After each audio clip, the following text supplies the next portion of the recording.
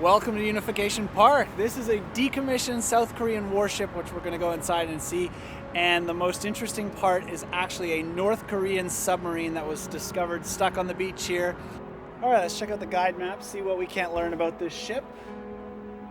It has some numbered parts, but I can't read the rest. So let's walk around.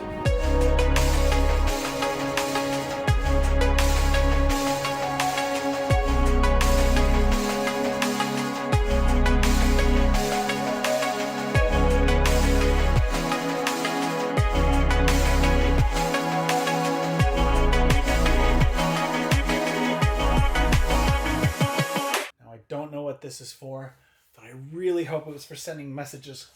I don't think so. This is the radio control room. A couple of typewriters, kind of a radio radar control center.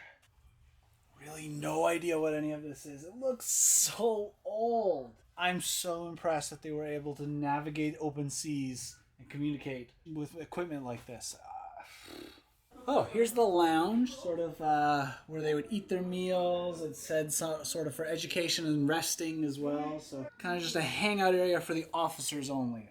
Obviously not the lower ranks in the ship wouldn't be in here. The captain's waiting room gets a couch, gets himself a computer, he has a TV, and his own bathroom.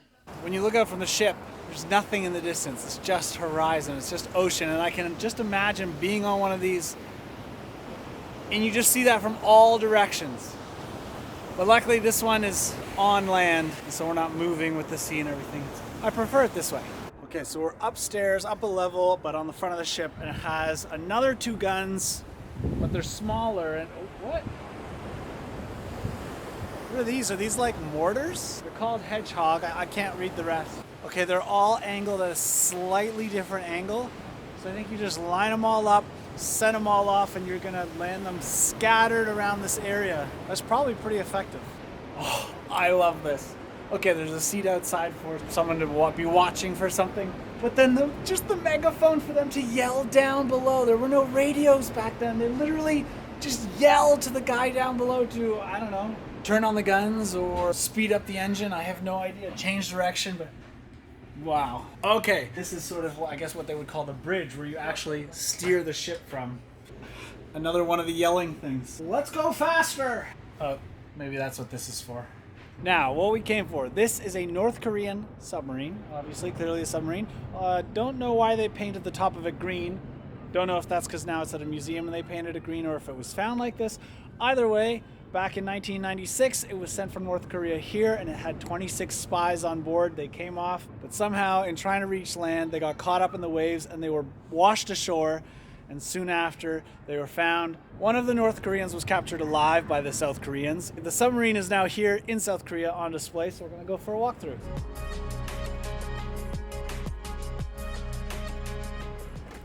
So the submarine is 35 meters long, about 6.7 meters tall. Wow. Okay, so right above me here we have this tiny, tiny ladder, which leads to another small ladder. And there's the hatch here.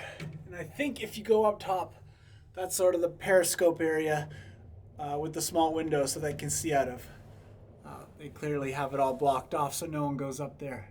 On my left-hand side, we have a lot of TVs. I'm on my knees. I got tired of crouching. It's pretty cramped in here. Coming into another room. Whoa. I don't think I've ever seen so many dials and knobs in a room before. I don't know how any engineer can be expected to know what every single one of these knobs does. Oh my gosh, I'm falling all over the place. And those knobs, and those ones, and like how many people? There were 26 people in this thing. I can't even stand up, let alone be in here with 25 others. Okay, here's an engine. I don't think I can fit through this door. Okay, I can. Oh, here's another engine. This looks like the main engine. And right next to the engine, maybe one of the most important parts, especially when 26 people are crammed into a tiny submarine, the toilet. Hand for comparison on the size of that. Well, I know why they make you wear a helmet in there, because I hit my head numerous times. Cool? Cool, good. Oh, this must be where it washed ashore against the rocks. This has definitely seen damage. So these are the big ticket items here at the Unification Park in South Korea, but they're not the only things. There's also planes and tanks. So let's go. And this is all free to the public. So this is an F-86D, also known as a Sabre. This one's the F-4D, also known as the Phantom, and goes 1,000 kilometers an hour. This is the Korean version of Top Gun. Maverick and Goose. You can see the ejection handles and the parachutes, everything. This is, wow. Still so well maintained, even though it's just out here for free. This is my favorite, the F-5A/B, also known as the Freedom Fighter. They also have a military passenger jet, as well as some smaller planes over here. Now let's go see the tanks. Okay, so they have 5 sort of tanks, as I would call them, on display. Again, I can't really read the signs at all, and I'm definitely not a military expert, so I'm guessing here. But we have some sort of large tank here. This looks like a personnel carrier. We have this massive cannon that gets pulled as a trailer, but it's just huge. We have another, I would guess this is sort of a reconnaissance, probably quick in and out, armored vehicle. Looks like it has some windows in the back, so it looks like it holds some more people. And then this is huge, on tracks, so I'm gonna guess again, maybe some sort of personnel carrier. I can't believe you can go in these things. Like, I can go right up to the turrets here. What?